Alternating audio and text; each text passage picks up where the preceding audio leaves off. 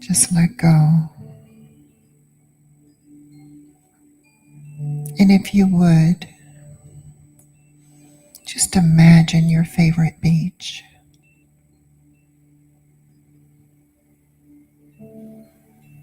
It's a beautiful, perfect day. It's not too hot or too cool. Just walk that beach and feel your bare feet on the sand.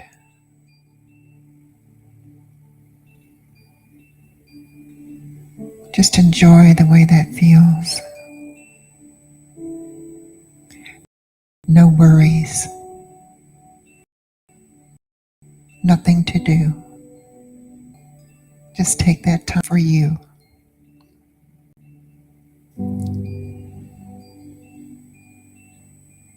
The sun permeates your skin, healing every cell in your body.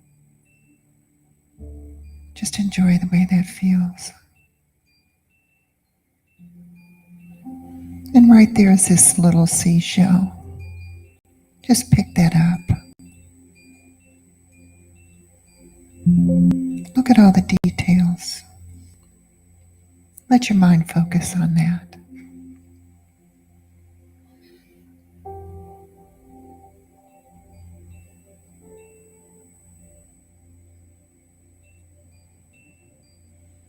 Focusing your thoughts on that frees your mind.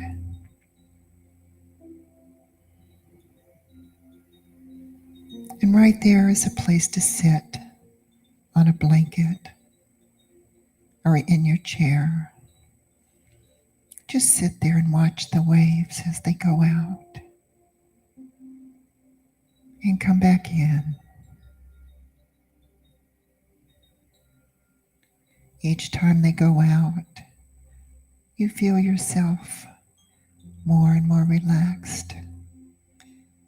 Enjoy the oneness, the body, mind, and spirit.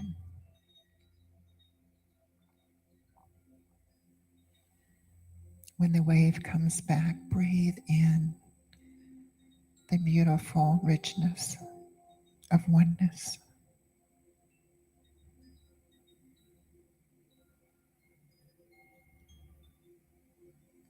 Just enjoy the way that feels. As the waves go out and in,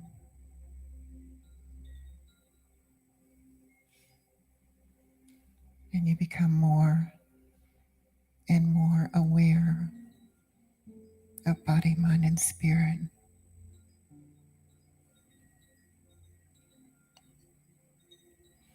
There is that within me which knows I am not only one with the power. This power is actually flowing through me now. I am not only unified with the divine presence around me. This presence is my presence.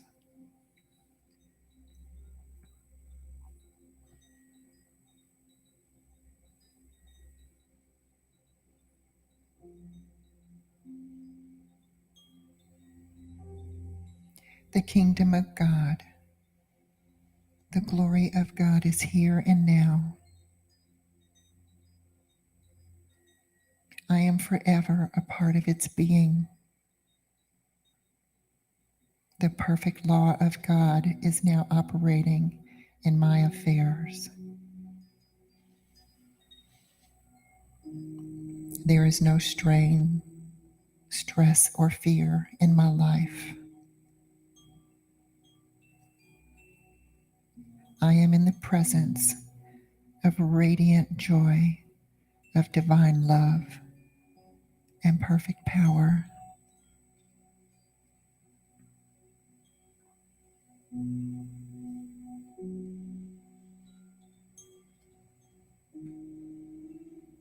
Just enjoy the way that feels.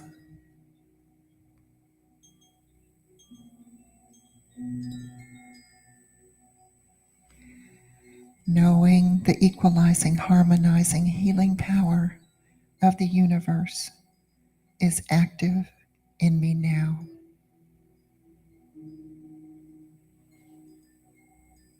And now it's time to return back into this room. And if you would just gently open your eyes and maybe wiggle your fingers and toes.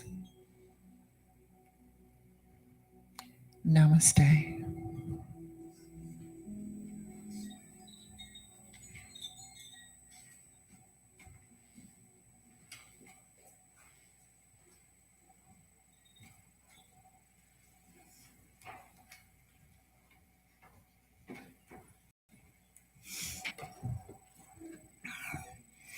Good morning, everyone. Good morning. Happy Earnest Day and happy anniversary to CSL West Georgia. Woohoo! We're going to have a great time today. Everything looks beautiful. Cake looks great. So let's all begin our wonderful day with our vision and mission statement. So if you would all please stand and we'll read together our vision and mission statement, along with the Declaration of Principles.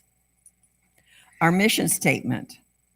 CSL West Georgia is a joyful global community where everyone belongs. Through our unique spiritual teachings, we provide a safe environment to experience compassionate living. And our Declaration of Principles. I believe there is one creative intelligence operating throughout the universe. I believe my purpose is to allow this divine mind to express in, as, and through me. I know that this divine presence is a power for good, which responds to my conscious use to create a life filled with health, love, peace, and success in all things. I use it now, I rejoice in it, and so it is. All right, remain standing for me.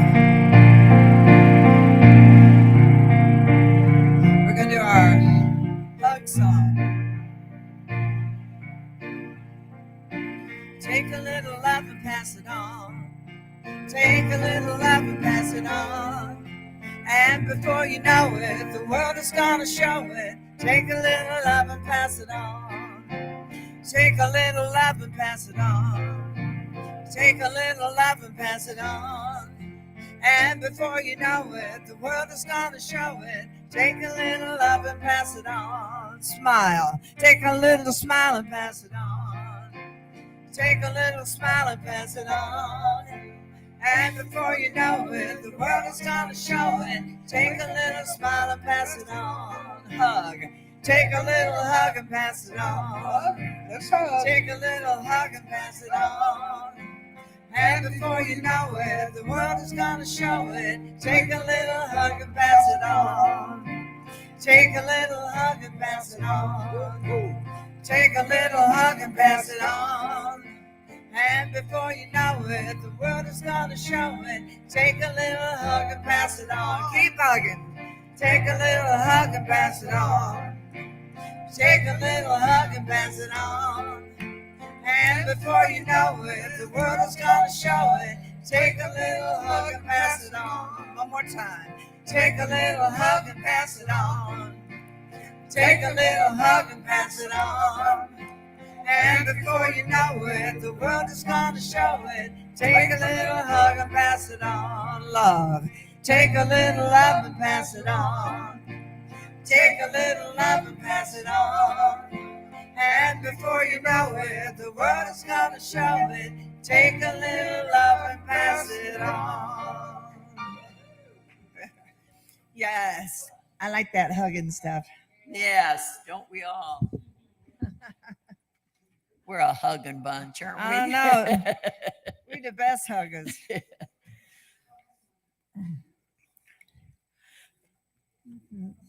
We'll give everybody a chance to get settled for a minute. Okay. All right. And our reading today comes from, guess who? Ernest Holmes. Isn't It's his birthday. It's his birthday, 137. Wow, that's my goal. Not bad. I'm going to read to you from his book. It's called This Thing Called Life. And what better than his life to learn about? He says to us, if our thoughts are always constructive, we shall always be divinely guided. If our thoughts are always affirmative, the law will always respond affirmatively. If we live in inward peace, we shall never be confused. If faith dominates our consciousness, we shall never be afraid. If we are always kind, we shall never know hate. And if we think of life as an eternal springtime, forever blossoming anew until self-expression through us, we shall never grow old. Thank you, Ernest. Thank you. Thank you. Thank you.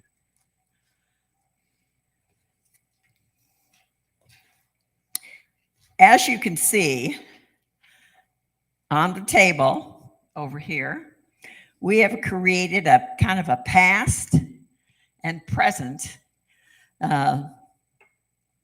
photographer, I guess is what we can call it. Ernest in all his glory. And you must notice Ernest on the cake when we get to that. Oh, okay. So Ernest has been spread around beautifully today. The photographs that you see in the middle are from our past life, so to speak, before we moved here. And it'll kind of explains it to you. And then on the table itself, there are two books. There's a book, a large book that explains how we came to be here, a small book that we have printed up from our past history and our last spot on Chapel Hill. So please take a look through those. And I want to give you a history, a timeline of the history of our church, which Mike knows well, Ronnie knows well. So we've got people here, Cheryl knows well, Nelta.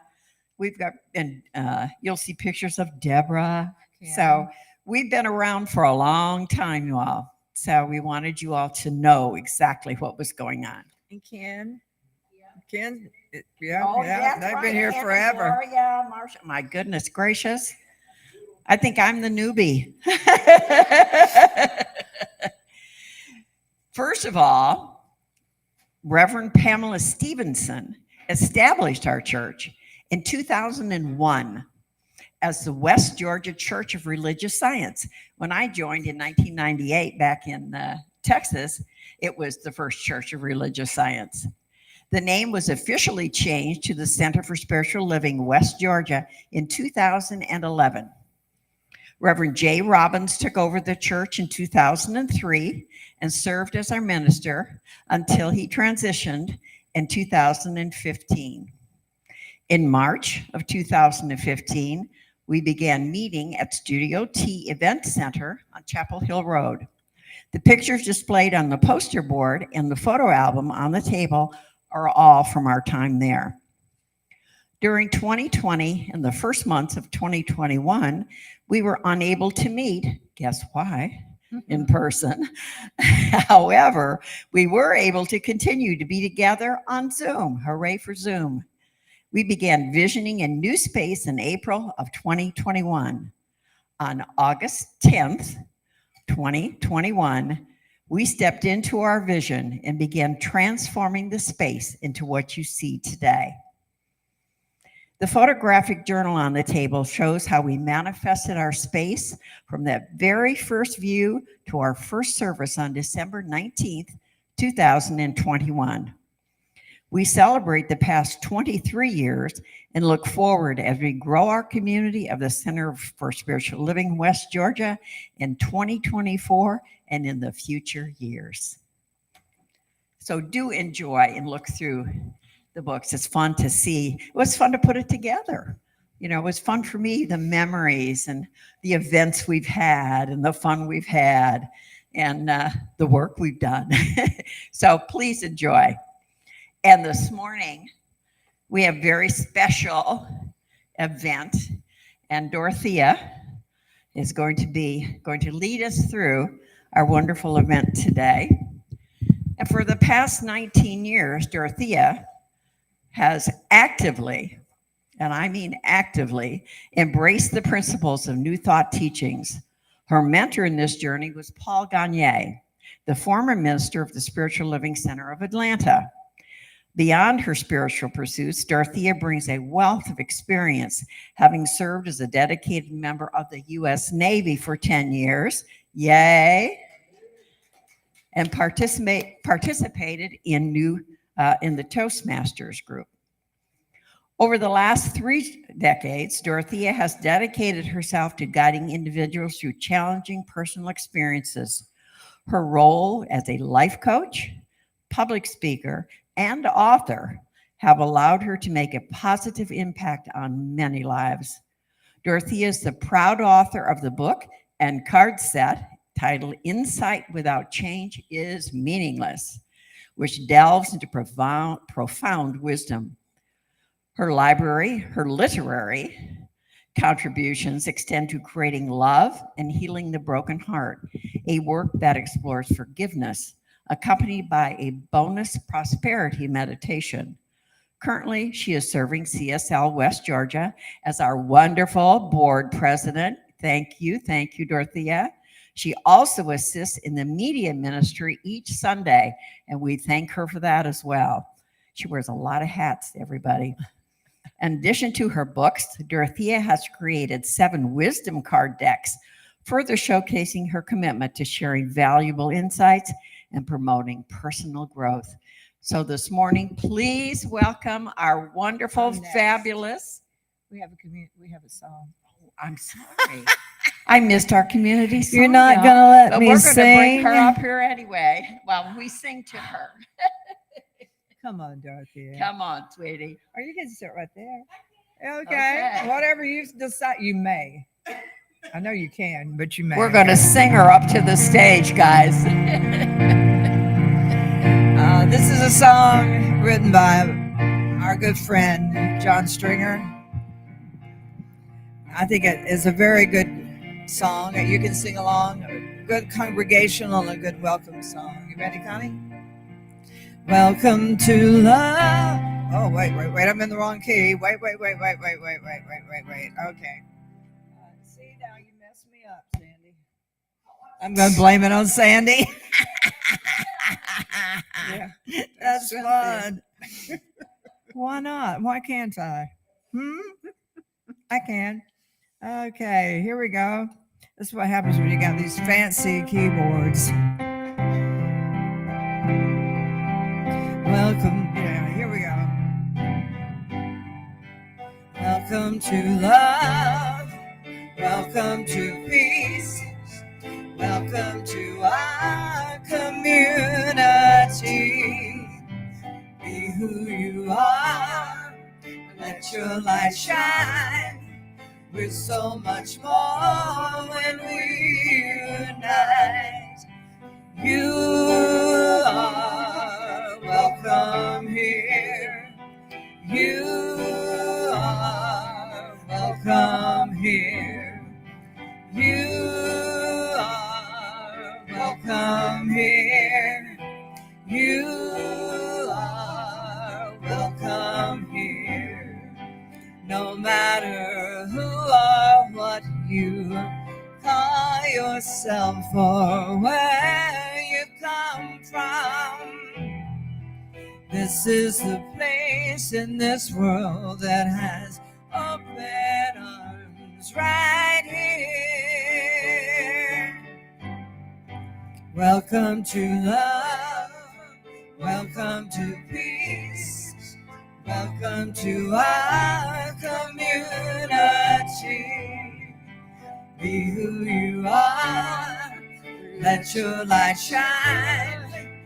You're so much more when we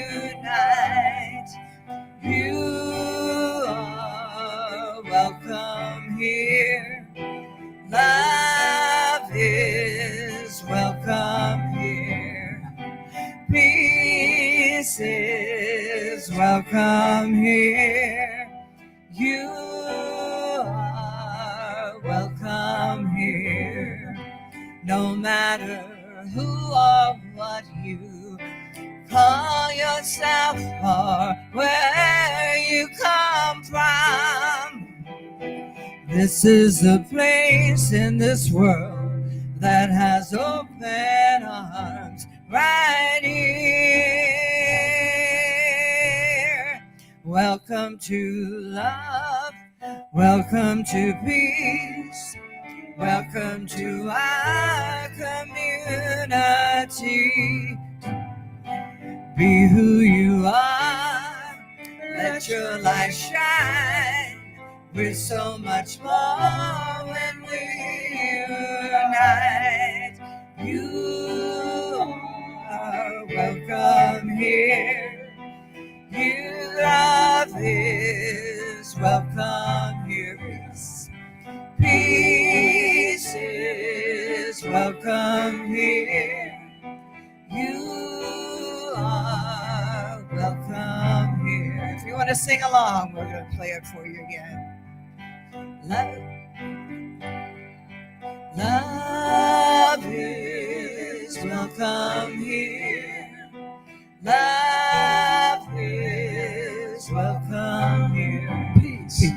Peace is welcome here. Peace is welcome here. Joy is welcome here. Joy is welcome here. You are welcome here. You are welcome here. Yes, you are so welcome to be here. Thank you.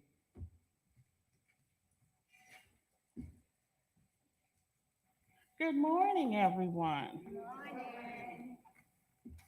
We have so much to be grateful for.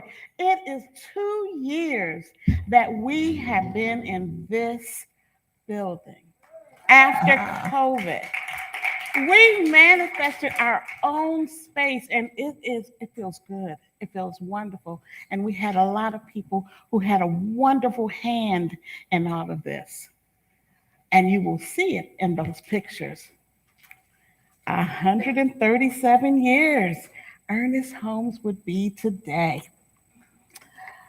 He is the founder. He is our founder, Science of Mind. And in case you don't know, there are a little bit of tidbits I'm going to share with you. The life of Ernest Holmes. Just a little tidbits.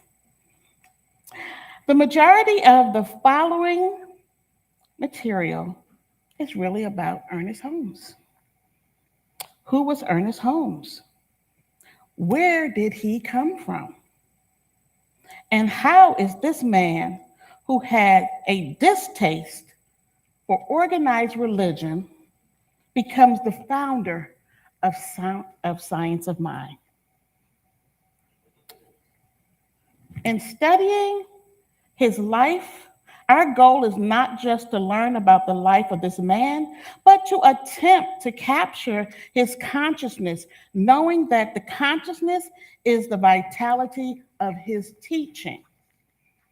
Ernest Holmes founded the International Religious Science Movement and wrote The Science of Mind and numerous other books on metaphysics. He also founded the international monthly periodical Science of Mind magazine, which has been continuously a monthly publication since 1927 and has influenced millions of people. His Science of Mind teaching, recognized today as one of the leading viewpoints in modern metaphysics. It is the philosophy that people throughout the world have come to know. It supports their approach to life. There is a divine urge within everyone to know more and to express more. And I have found that the thing we're searching for is the thing we're searching with. Out there in the vast reaches of the outer space, and here in the equally vast reaches of inner space, everything is in order. Our task is to begin to understand that the universal mind is resident everywhere and also of necessity within us. Our prayer is that the truth be made known, that it cannot fail, it can it can only be revealed.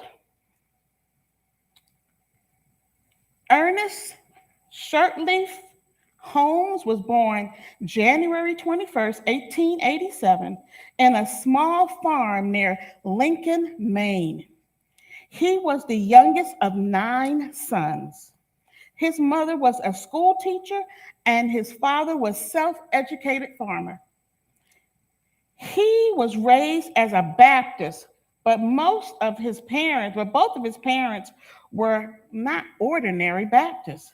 They believed in the goodness of God, did not believe in the personal devil, and urged all of their children to come to religion with questioning minds. Ernest Holmes was born in poverty. Hard economic times continued all of his life. His family did not do well at farming or attempting to raise sheep. Their farm had to be mortgaged. Later, that bank foreclosed on their farm. The family moved into an abandoned farmhouse, beginning a nomadic life, which lasted for several years. During this period, some of the boys, including Ernest, stayed with various relatives. Eventually, Ernest's father landed a really good job in the logging camp, and the family was reunited once again. However, after the time, the family moved from farm to farm, and Ernest never celebrated 2 birthdays in the same place. The first real town Ernest Holmes lived in was Bethel, Maine. In the small community, he had his first exposure to a life of more than farm and forest. Much of his youth was spent in Bethel, where he received his only formal education and encountered his first actual church. As a young boy, Ernest Holmes began developing talents that would serve him throughout his life. Even before he learned to read, he acquired the skill of repeating passages, almost word for word after hearing them only once. Reading was a favorite pastime for Ernest, and reading was a favorite pastime for the family. But books were scarce during Ernest's early years. Ernest's mothers would read aloud to the family from the King James Version every evening. Philosophy and religion were the subjects about which Ernest's parents read the most. They studied Henry Drummond, natural law in the spiritual world, and from this developed a religious viewpoint more expansive than most people in that era. Eventually, the boys were also permitted to read Drummond's writings. This was the first material on metaphysics ever read by Ernest Holmes. No evil, no devil. Ernest's parents would not tolerate the teachings of fear as part of a religion. Fortunately, I was brought up by my mother, who refused to have fear taught to her family, he said. New England theologically was pretty strict, but she was a wise woman, and she determined she would never be taught fear. Ernest's father would not stand for hellfire preaching. During one Sunday morning service, the local minister delivered a fiery sermon declaring that all people were worms of the dust and doomed to decay in the dust from which they had sprung. Later on the way home, Ernest's father could not contain his anger. Don't be scared, boys. Don't think about worms of dust, he said. You are not worms, and it is a big lie. Jesus said, ye are gods and are like God. If you keep it that way, man was made by God. Any other story is a lie, Ernest's father said. Ernest Holmes never subscribed to the popular idea of the eternal hell. If there was one, he once said as a teenager, God would have to have a hand in it. And if he had a hand in it, he wouldn't be God. He would be the devil. Later, he loved to quote the story about Judge Trowart's view of the devil. And Judge Troward said, an old lady was incensed by hearing him declare a lecture that there was no such thing as the devil. When the lecture was over, she indignantly got up and challenged Judge Troward. He looked at her and said, what do you want with the devil? What do you need the devil for? Do you want it for yourself? Of course not, she replied. Okay, do you want it for your friends? Then perhaps your enemies. She said, of course not. Then what the devil do you want him for, madam? Like all the family, Ernest Holmes became an avid reader. He loved mythology. He read translations. He read Iliad and Odyssey and the last days of Pompeii. Even at an early age, he loved poetry. One of his favorite was Longfellow's Evangeline. Some years later, he memorized Hiawatha and used it in dramatic recitals. His first public speech, he was presented at age 6 at one of Bethel's church socials. A portion of his recital went as follows. You'd scarce expect one of my age to speak in public on stage, and if by chance fall below Cicero.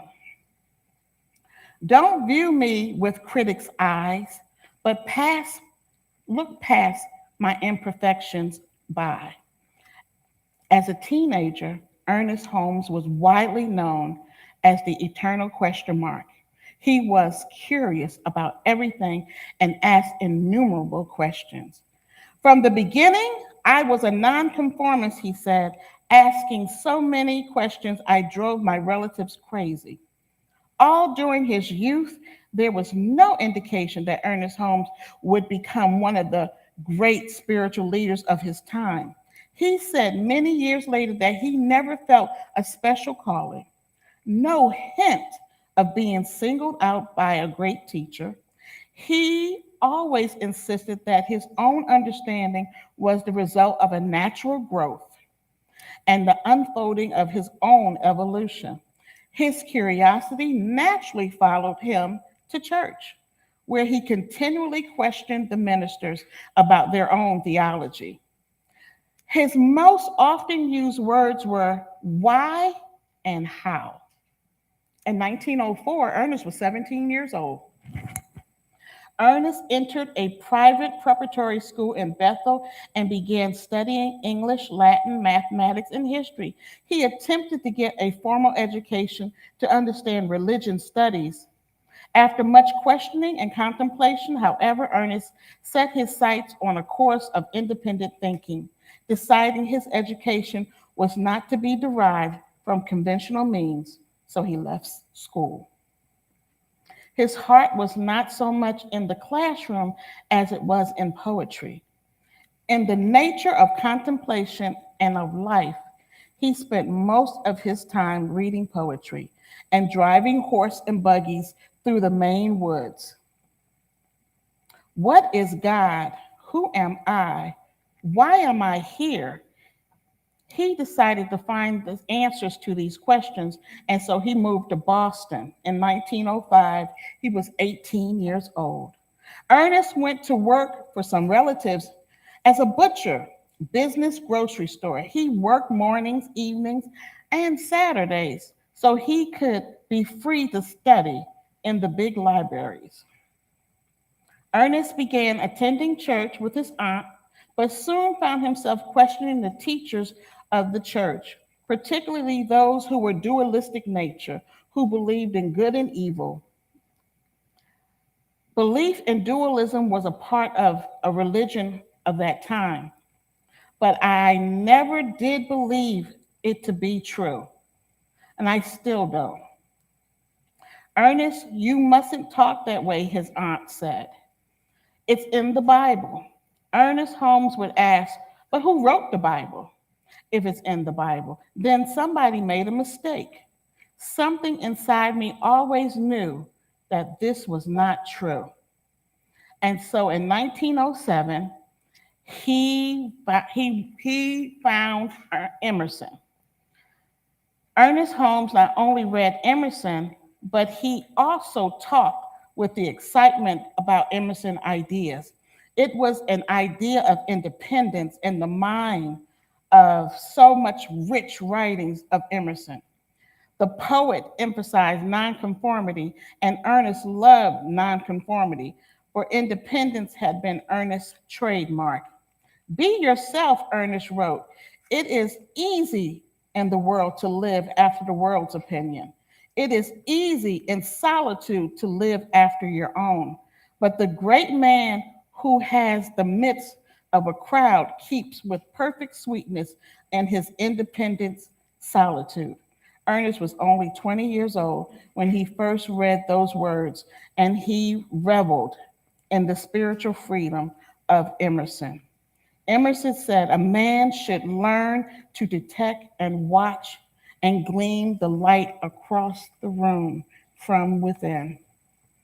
Reading Emerson, Ernest said, was like drinking water.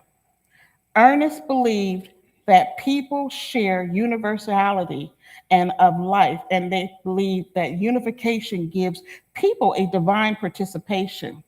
You yourself are individualization of one thing, he said. There is the depth and being of all. It is not that God has purpose for us, but that you have purpose in God, Ernest said. You can't escape the fact that you are here. Something has to be done, and you are the only one that can do it. Ernest did not believe in pink cloud metaphysics. The relative world exists in factual reality. It is not an illusion. The answer to life is not developed in metaphysical systems that do not explain the good of God. When Ernest Holmes read Emerson, Spiritual Law, he began to understand what true meaning of the soul was. And from Emerson, Holmes embodied, we are our own spiritual authority. There is a God-like essence in every person. There is some kind of connection between thought and what happens to all of us. So in 1908, because of his great love for reading and speaking, Ernest enrolled in the Leland Powers School of Public Expression. Powers' wife, a school teacher, was a Christian Scientist and the reader in the Boston church. Ernest attended the church to hear her read and become interested in Christian Science, philosophy. What most intrigued him was their concept of prayer. Although he agreed with much of Christian Science philosophy, there were a number of things that the organization he could not accept. The belief that physical universe is not real. The science of mind teaches that the physical universe is real, but it is derived in reality after emanating true spirit. The unique spiritual authority of Mary Baker Eddy, Science of Mind, teaches that every person has the ability to revel and reveal spiritual truth. Ernest said, no one whispered any revelation into my ear that is not available to every person. The ideal of mental malpractice. Science of Mind teaches positive prayer and believes No one can do mental harm to anyone who focuses on the goodness of God. The authoritarian nature of the organization and the rigidity of publications, Science of Mind is an open at the top, open at the bottom, always ready to receive truth, always ready to receive new information. Ernest Holmes never became a Christian Scientist, but he did read Christian Science textbooks. Has anyone ever had the pleasure to meet Ernest Holmes? Raise your hand.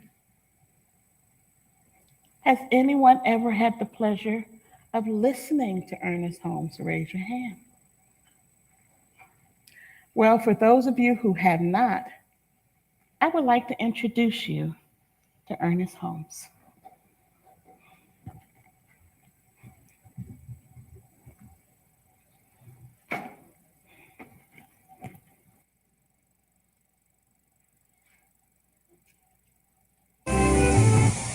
This evening, I am going to talk to you about a power for good in the universe, greater than you are, greater than I am, greater than all of us. A power for good that we can use in everyday life, for everything. When the greatest teacher who ever lived said, "It is done unto you as you believe," what do you suppose he was talking about? This mastermind was talking about a spiritual power in the universe, something so close to us that it is indeed nearer than our hands and feet, closer to us than our very neck vein, as the old Talmud said. And so this power is not something we have to go in search after. It is something that is right here, close, nearer than our very breath. How then would we use a power that is so intimate? Certainly we should have to use it in an intimate way, and we would certainly have to believe that the power exists, it's for us, not against us. It is willing and not reluctant. We should actually have to believe that it really is done unto us as we believe. Then we would have to believe. What is belief, anyway? These are the things I want to discuss with you tonight, how it is that we could use this power for good, greater than we are, wonderful, the thing the whole world wants more than anything else in the world, the thing that you and I have for the taking, for the asking, for the using, power that responds to us, according to our conviction in it. Power that is used in our own mind, in our own thinking, right where we are. How close and how intimate such a power is, and how wonderful it is just to believe that we're going to learn how to use it. First of all, just what it is, then we're going to talk about how to use it. Then we are going to actually get right down and use it in our everyday life. First of all, the power that is bigger than you are and greater than I am is, of course, a spiritual power. Just what do we mean by a spiritual power? We mean something that is invisible, of course. We don't see it. We don't touch it. We don't taste it. We don't handle it. We don't weigh it. We don't measure it. But we do feel it. Just as you feel beauty, just as you feel love, just as you feel anything in life. This power, greater than we are, is a power for good. It responds to us if we have faith and confidence in it. Now, throughout all the ages, people, of course, have prayed, and their prayers have been answered. They have prayed with faith. It doesn't make any particular difference what kind of a religion they have had. That power has responded to everyone in the way he has used it. And that is why Jesus said, very simply, very directly, it is done unto you as you believe. Let us then analyze this saying of Jesus, that it is done unto you as you believe. And suppose in doing that we pause after this little word as. Seems like such an insignificant word, but it's the key to the teaching of this great master. First of all, he said, it is done by a power greater than you are.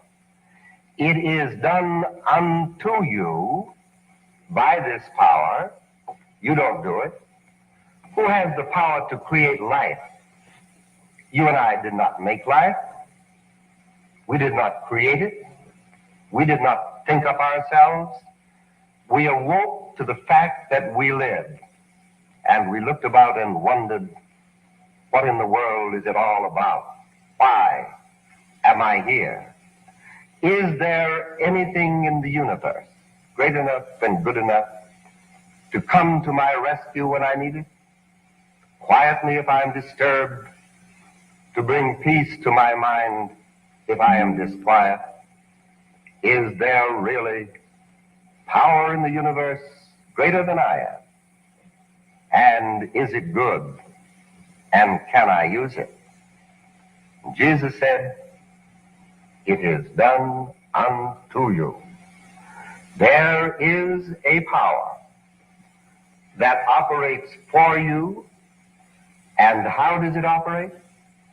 It operates as you believe.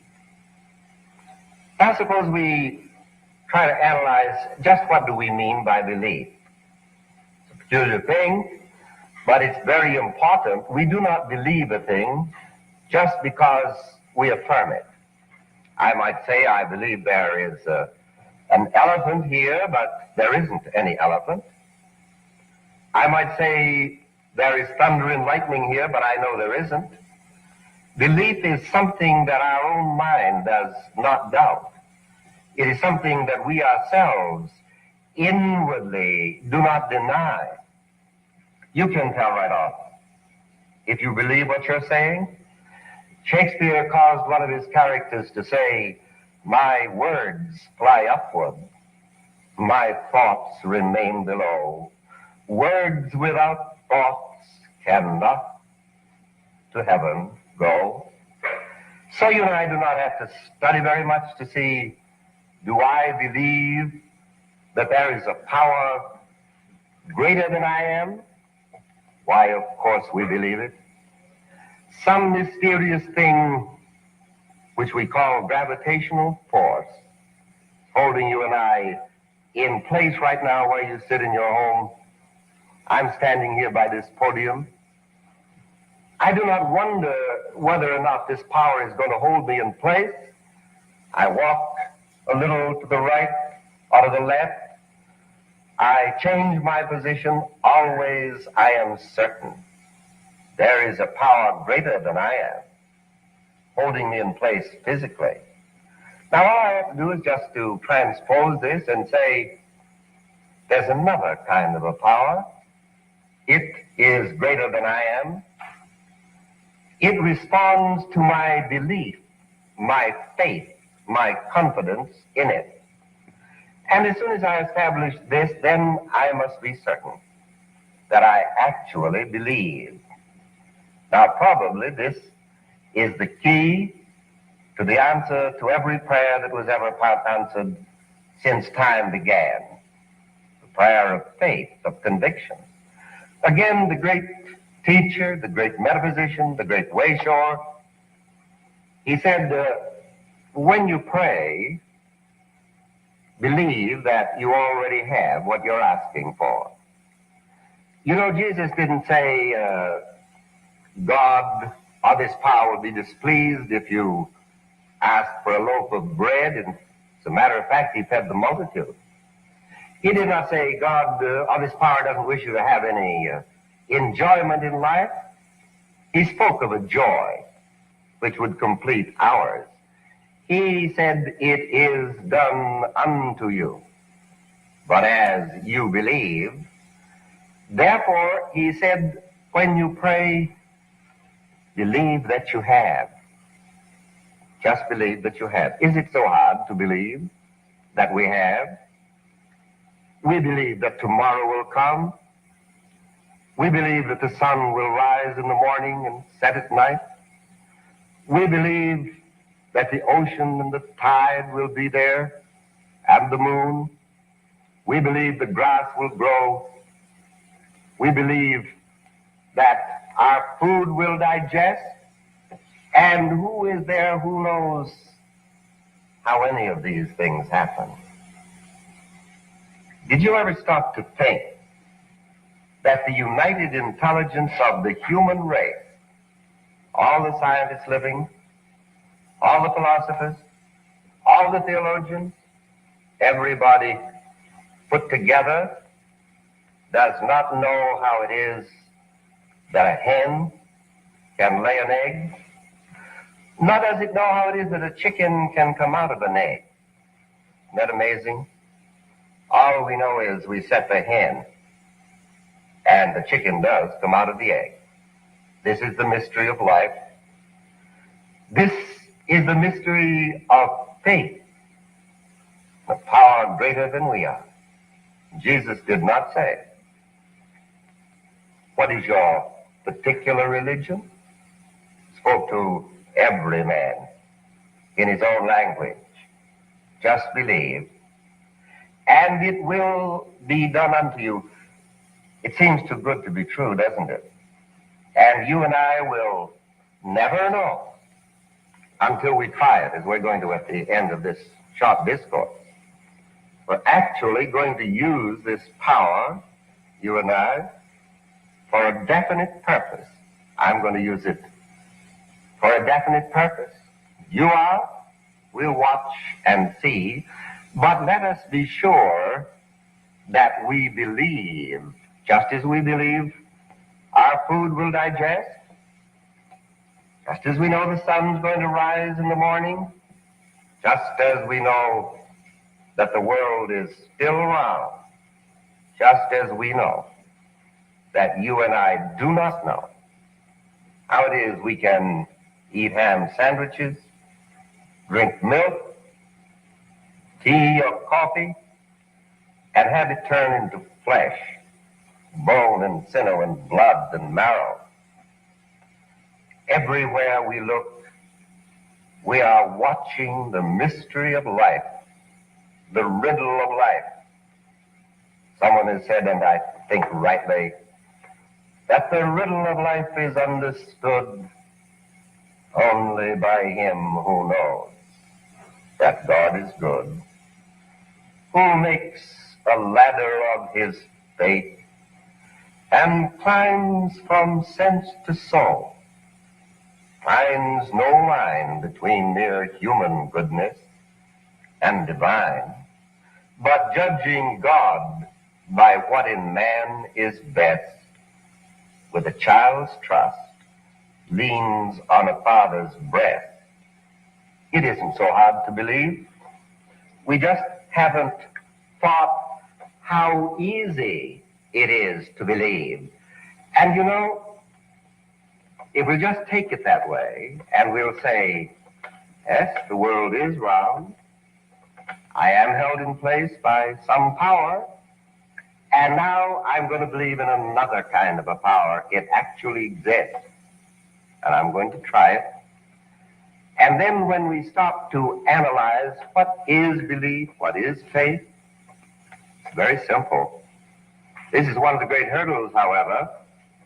People say, well, I just haven't got that kind of faith, merely because they think you're talking about something that's impossible. We're only talking about that which is completely possible, which is completely simple and direct, and something which you, in the secret place of your own mind, sitting there alone, you know it as well as I do.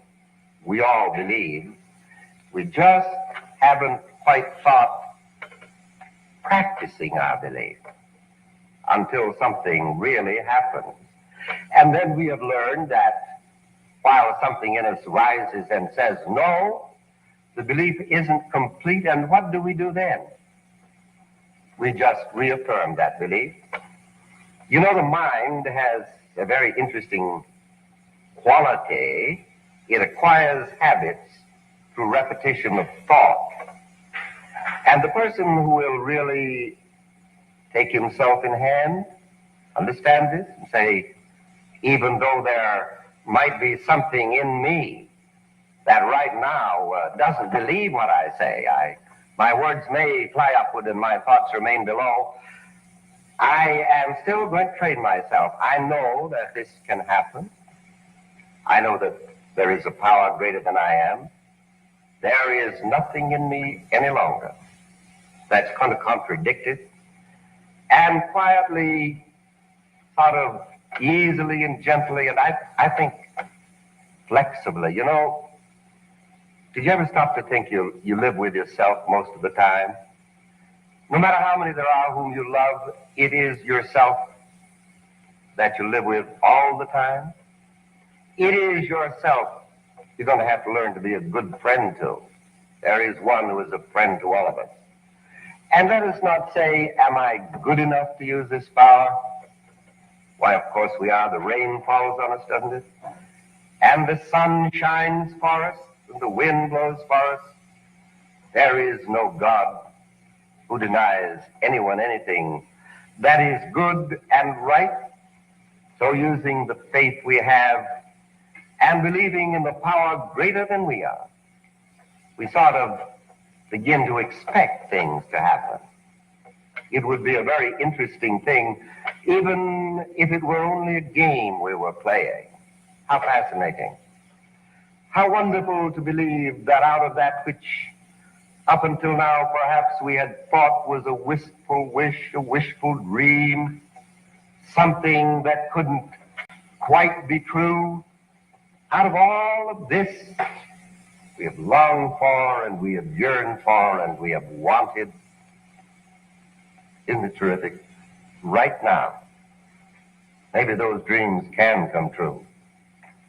Right now, maybe the desire of our heart is already met in some divine intelligence that knows the beginning from the end, just waiting for our cooperation. So we would be trying the most fascinating experiment we have ever had in our lives. That dream, is it difficult for an infinite power? That hope, is it too much to ask for? That yearning and that longing, do not we have a right to expect that whatever the intelligence is and the power that put us here certainly knows how to take care of us? Perhaps we just haven't believed. Now we're going to practice believing. We're going to say to ourselves, yes, there is a power. We can use it. We will use it. And then we're going to be intelligent and we're going to figure out how to use it until we ourselves believe. Wouldn't it be wonderful if you and I knew that there is nothing between the right desire of the heart, the yearning of the mind, the longing of the soul, and that which might be but our own belief or our own unbelief? And if that is so, then we have the proposition where we can handle it. For you and I can control our thinking. And we can come to the place, if not instantly, then certainly we shall come to it gradually. But it doesn't matter how we get there. We are going to come to a place where we believe in the power greater than we are, believe in ourselves because we know it, and believe even right down to the method we're using, that our own thought, our own meditation or prayer, whatever you choose to call it, will convince everything within us that seems to doubt. Perhaps out of all the doubt and the yearning and the longing, you and I will come to know there is a power greater than you are, than I am, and we can use it.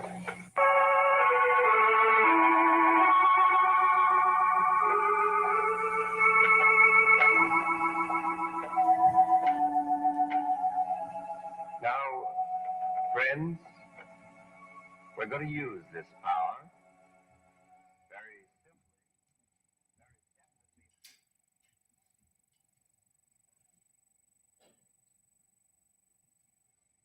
And that is Ernest Holmes.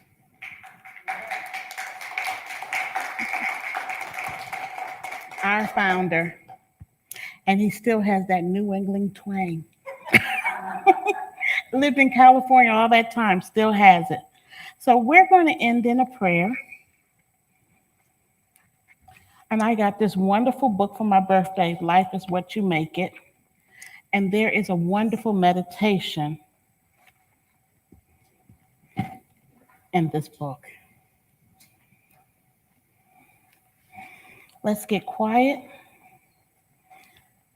Let's know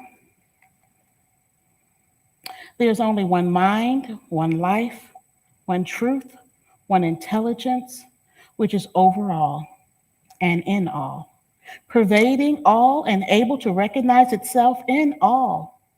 This mind appreciates itself in its manifestation in every form and every person.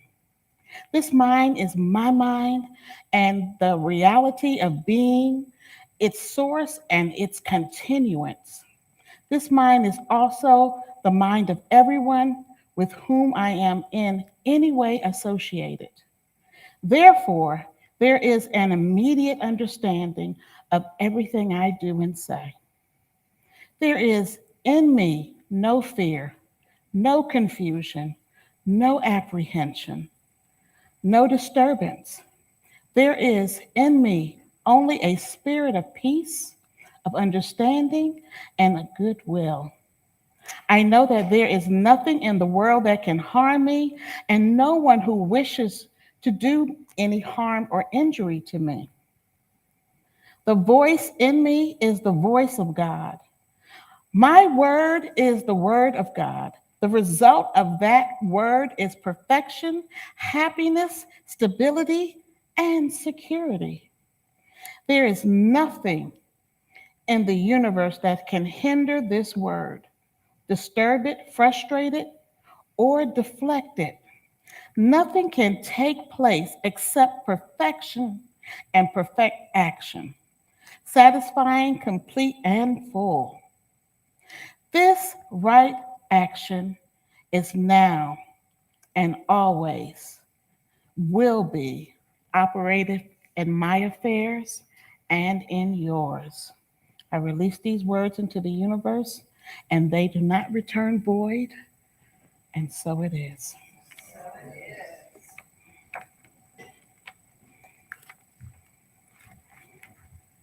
Well, thank you, Dorothea. Thank you. Let's give us some love. That was wonderful. Connie, I think. Yeah, there she is. Good morning again. As you know, it's really cold outside, so Connie and I decided we were going to warm you up. We're going to do this Ricky Byers song. Here you go, my love. There you go. Thank you, dear. And there's a part for everybody to sing, and it goes like, my God is so good to me. You got that? Oh, well, we better get our little arrangement here, don't you think? We don't want to get lost. Ricky Byers does some tricky things. You have to kind of track her along as you go. Okay, so you can dance, you can clap. Just want to brighten everybody up today. Here we go.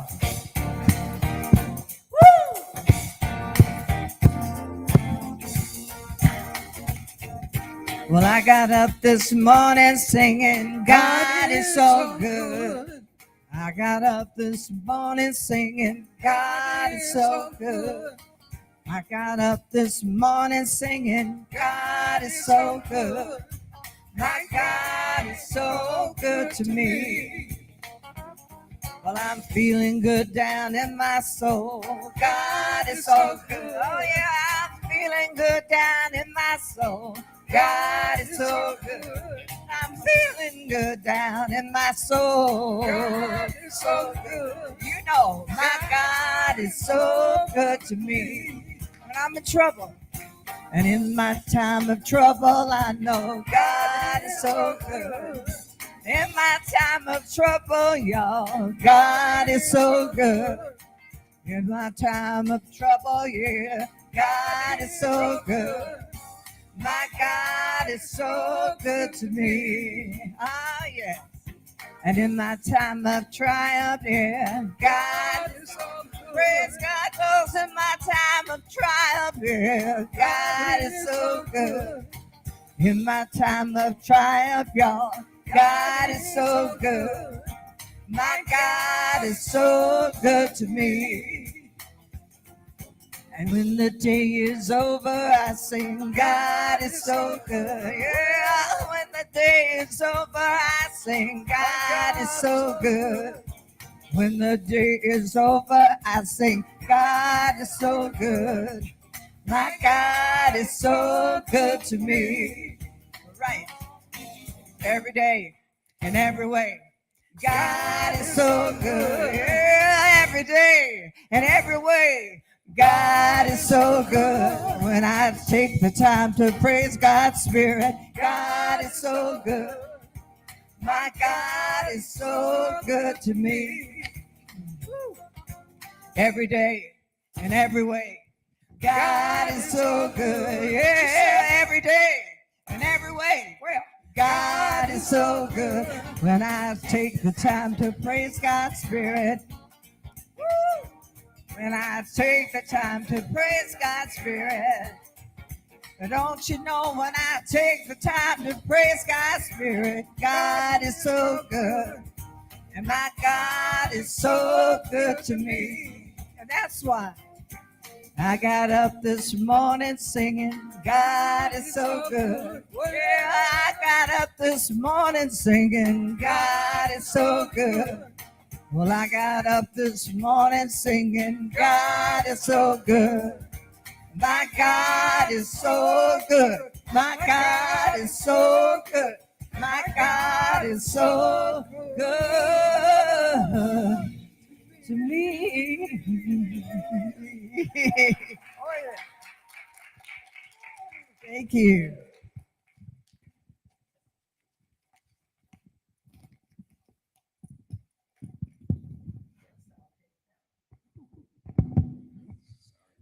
You want that one? Well, we'll let you have Woo, girls. Wow. Is this working? Okay. Was that good? Hey, hey. Good job, girls. Loved it. Did we warm you And up? We warmed you up. Warmed you up a little bit. you did warm us up. And Dorothea, please stand. Please, because Dorothea, that was fabulous. Fabulous. I mean, what a fantastic treat to be able to actually watch and I listen know. to this fabulous teacher that we all come here to learn about, and to actually see him and hear him in person was amazing. I have listened to some of his broadcasts, and I've seen, little clips, but I have never seen that. That was just outstanding. Yes, it Thank was. you, Thank thank you, you. Dorothea. All righty, everybody. Remember, we are going to have a little bitey afterwards. And now we come to the conscious giving part of our service this morning. Remember, money is a spiritual activity.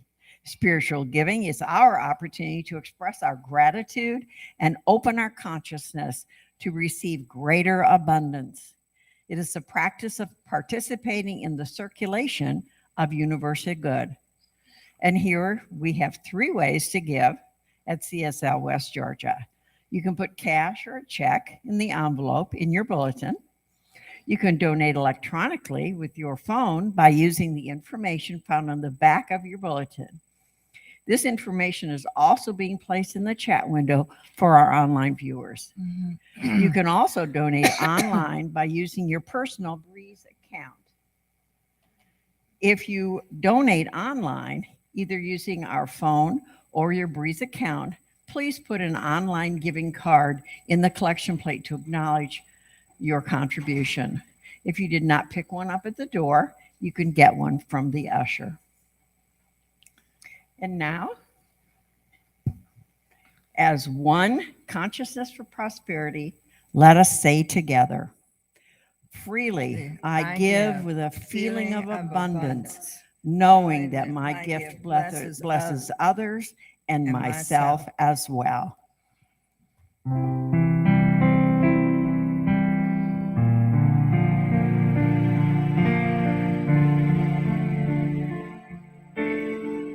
Freely I give, freely I give, giving from my heart and from my soul. You can sing it with me. Freely I give, freely I give, and the gifts come back to me tenfold. Lovingly I give, lovingly I give, giving from my heart and from my soul.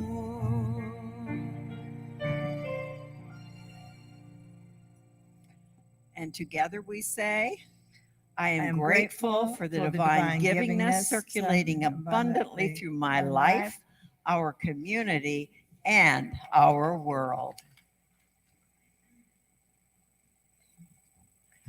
Announcements. First of all, happy birthday and happy anniversary. Please, everyone, stay and partake. Everybody's cooked and brought all kinds of stuff for celebrating. And so we want you all to join in with us. And as I tell my dog, we'll have a munchy time. Announcements. Next week, we're going to be having a meditation service and music combined. We have talked about doing this for a while. We had it on our book, so to speak, a while back, and now we're actually going to have it. And Cheryl McCullough, who does our meditations for us, and you've seen her up here many times, and she's going to give a wonderful, wonderful presentation on doing meditations. Nelsa would be here, but she's going to be out of town, but we will certainly know her presence. So please welcome Cheryl next week and come and be with us. It'll be a beautiful, beautiful service. And the week after that, we have Reverend Bronte back. Yay! Yeah, so I know everybody enjoys Reverend Bronte. So she's going to be a part of our community, you all. She's agreed. So we'll be seeing her more often. Oh, wonderful. So we're excited. Yeah. Yes, everybody's excited about that. Yes, indeed. So let's all join together in doing our closing affirmation. And afterwards, we are all going to be singing Happy Birthday. And after that, you all, please join in. There is a table set up over here that Ronnie has, and we're going to raffle off these 2 wonderful books. So please, after we finish service, come over and see Ronnie and purchase a raffle ticket. All right? How much are they? $1 a piece. $1 a Okay. piece. Buy a bunch. The books are fabulous. They are well worth it. All right. Are we going to say happy birthday, We are gonna Ernest sing happy Holmes? Is that what we're going to birthday do? Ernest Okay. Holmes Okay. after our. Oh, wait, Ronnie has a little. To what? Sandy. Oh. Oh. Oh. Do we have a new guest? Do we have a new member over there? We have a new person out there. Oh, okay. Okay. Oh, under the chair. Everybody, look under your chairs. I won one. Woohoo! How fun! No. Nope. No prize under your chair. Okay. What is the prize? Has everybody had a chance to look and see under your chair? How are we doing, Dorothea? I hope those are heaters. That's what everybody needs to take home with them. What are these? Oh, it's a surprise, y'all. Yeah, it's How a surprise.